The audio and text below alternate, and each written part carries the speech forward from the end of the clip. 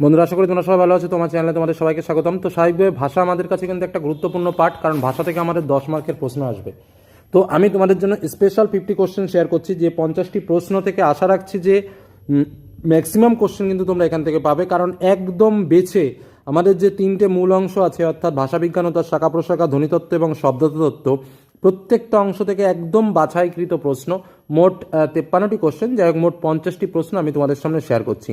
এই 50টি প্রশ্ন অবশ্যই একবার শুনে গেলেও পরীক্ষার হলে যাও সম্পূর্ণরূপে, কারণ এর মধ্যে থেকে প্রশ্ন আসছে, একদম বাছাইকৃত প্রশ্ন। চলো সময় নষ্ট না করে আমরা মূল আলোচনায় প্রবেশ করি। প্রথম প্রশ্ন, চিন্তার পোশাক বা দ্য ড্রেস অফ থট মতবাদটির প্রবক্তাকে? উত্তর কি? Samuel Wesley. ঠিক আছে। দ্বিতীয় প্রশ্ন, ভাষার বিভিন্ন উপাদান বা উপাদানের পারস্পরিক সম্পর্কের জাল বিন্যাসকে কি বলা হয়? বহুরূপতা, পারল, জাসকি নাকি লাং? উত্তর হচ্ছে lung. Very very important question. পরবর্তী প্রশ্ন, পারল তত্ত্বের প্রবক্তা কে? উত্তর হচ্ছে ফেদিনা দা সসুর। প্রশ্নটা সবসময় ভালো করে জেনে রাখবে। আর উত্তরটা, একটি ভাষারীতির মধ্যে অন্য রীতির শব্দ বা বাক্যখণ্ড ব্যবহারকে কি বলা হয়? প্রমুখন, সংকেত বদল, বিচ্যুতি নাকি বহুরূপতা? উত্তর কি? উত্তর হচ্ছে সংকেত বদল। পরবর্তী প্রশ্ন, বাংলা বলতে বলতে ইংরেজি শব্দ বা বাক্যখণ্ড ব্যবহার, অর্থাৎ এক উপভাষায় কথন ও উক্তির মধ্যে অন্য উপভাষার প্রয়োগ, এগুলো কিসের দৃষ্টান্ত? সমান্তরালতার, বিচ্যুতির, কোড বদলের নাকি বহুরূপতার? উত্তর হচ্ছে কোড বদল। পরবর্তী প্রশ্ন, অভিধান বিজ্ঞানের পথিকৃৎ কাকে বলা হয়?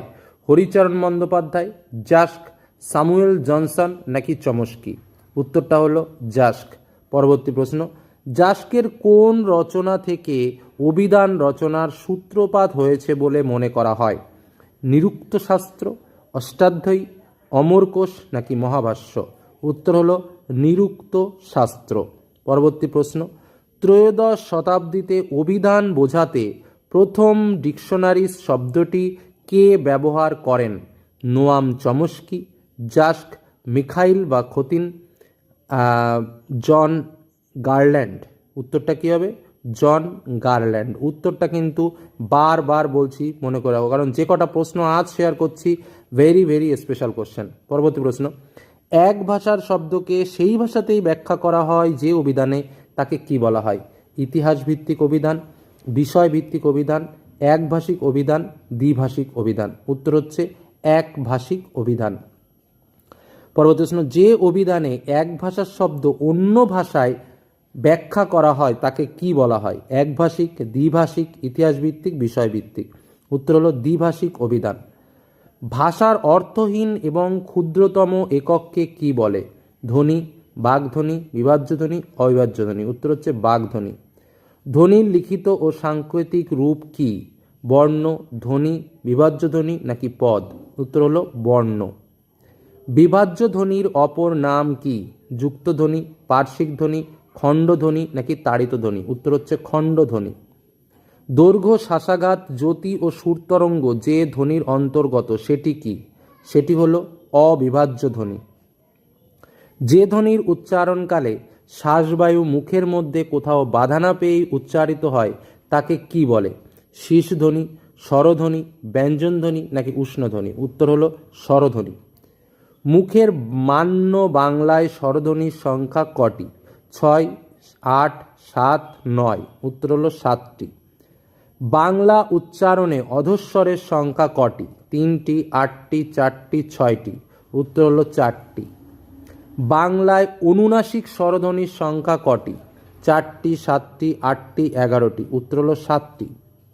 একটি হ্রস্বস্বরের উদাহরণ দাও। উত্তর হচ্ছে অ। একটি দীর্ঘস্বরের উদাহরণ দাও। উত্তর হচ্ছে এ। একটি সম্মুখ স্বরধ্বনির উদাহরণ দাও। উত্তর হচ্ছে হস্যই। একটি পশ্চাৎ স্বরধ্বনির উদাহরণ দাও। উত্তর হচ্ছে হস্যু। জিহ্বার কেন্দ্রীয় স্থান থেকে উচ্চারিত স্বরধ্বনি কোনটি? উত্তর হচ্ছে আ। একটি বিবৃত স্বরধ্বনির উদাহরণ কি? উত্তর হচ্ছে আ।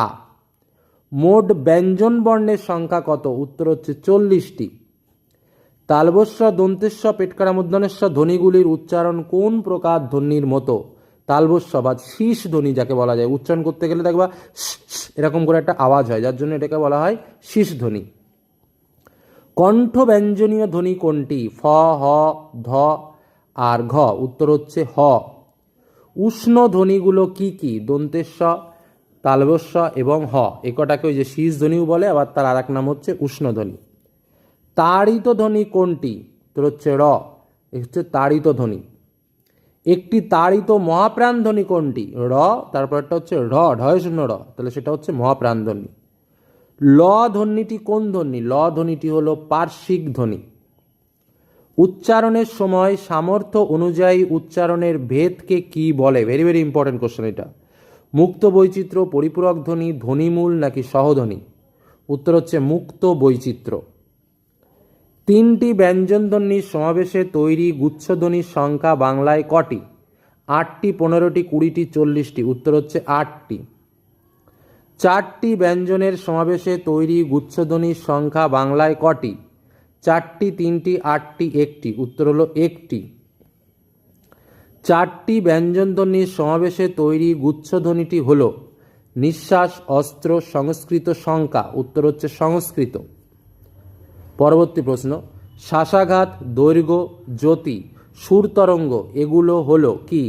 যুক্তধ্বনি, গুচ্ছধ্বনি, অবিভাজ্য ধ্বনি নাকি সহধ্বনি? উত্তর হলো অবিভাজ্য ধ্বনি। দলের ক্ষেত্রে দৈর্ঘ্য কি? স্বরধ্বনির দৈর্ঘ্য, ব্যঞ্জনধ্বনির দৈর্ঘ্য, গুচ্ছধ্বনির দৈর্ঘ্য, যুগ্মধ্বনির দৈর্ঘ্য। উত্তর হচ্ছে স্বরধ্বনির দৈর্ঘ্য। শব্দার্থ পরিবর্তনের স্বরূপটি প্রথম সমক্ষে আনেন কে? আর এল ট্রাক্স, মাইকেল ব্রেল, ডেভিড হে, উইলিয়াম জোন্স। উত্তর হলো আর এল ট্রাক্স। শব্দার্থ তত্ত্বের এক অন্যতম বিভাগ কোনটি? শৈলীভিত্তিক শব্দার্থ তত্ত্ব, তুলনামূলক তত্ত্ব, ঐতিহাসিক শব্দার্থ তত্ত্ব নাকি বর্ণনামূলক শব্দার্থ তত্ত্ব? উত্তর হচ্ছে ঐতিহাসিক শব্দার্থ তত্ত্ব। শব্দের অন্তর্নিহিত সাধারণ উপাদানগুলিকে শনাক্ত করা যায় কোন তত্ত্বে? শব্দভিত্তিক শব্দার্থ তত্ত্বে, প্রয়োগ তত্ত্বে, উপাদানমূলক তত্ত্বে নাকি বর্ণনামূলক শব্দার্থ তত্ত্বে? উত্তর হচ্ছে উপাদানমূলক তত্ত্বে। শব্দ কোন উপাদানের সমষ্টি? অর্থ, বর্ণ, শব্দ, অক্ষর। উত্তর হলো অর্থ। শব্দার্থের সত্য সাপেক্ষ তত্ত্বটির প্রবক্তা কে? Donald Davidson, Peter Mark Roget, Noam Chomsky, Henderson গাউনার। উত্তর হচ্ছে ডোনাল্ড ডেভিডসন। শব্দের অর্থের অভিন্নতা বোঝাতে ব্যবহৃত হয় ব্যাপকার্থতা, বিপরীতার্থকতা, সমার্থকতা নাকি শব্দার্থতা? উত্তর হলো সমার্থকতা। শব্দের সমার্থকতা হলো শব্দের বৈসাদৃশ্যমূলক সম্পর্ক, প্রতিশব্দমূলক সম্পর্ক, পদদ্বৈত সম্পর্ক নাকি সবকটি? উত্তর হচ্ছে প্রতিশব্দমূলক সম্পর্ক। পুত্র, ছেলে, তনয় এগুলো কিসের উদাহরণ? সমার্থকতার উদাহরণ। মেকুর শব্দের অর্থ কি? বিড়াল। দুই বা ততোধিক শব্দের মধ্যে অর্থের বা মানের বৈপরীত্য থাকলে তাকে কি বলা হয়? বিপরীতার্থকতা। থিসরাস শব্দের ব্যুৎপত্তিগত অর্থ কি? রত্নাগার। শব্দের অভিধা শক্তিকে কি বলা হয়? বাচ্যার্থ। শব্দের লক্ষণাশক্তি কি নামে পরিচিত? ব্যঞ্জনা। ব্যঙ্গার্থ শব্দের কোন শক্তির নামান্তর? ব্যঞ্জনার নামান্তর। শব্দের অভিধায় কোন অর্থ প্রকাশিত হয়? মুখ্য অর্থ। প্রাচীন বৈয়াকরণেরা অভিধা শব্দগুলিকে কটি ভাগে ভাগ করেছেন? 3 ভাগে। লাস্ট কোশ্চেন, ব্যুৎপত্তির বিচারে অর্থ পাওয়া যায় কোন ধরনের শব্দে? উত্তর যৌগিক শব্দে। এই যে প্রায় 50টি প্রশ্ন শেয়ার করলাম, ভালো করে দেখে যাও, পরীক্ষা এখান থেকে অনেক আসতে চলেছে, এটুকু বলে রাখলাম। ধন্যবাদ।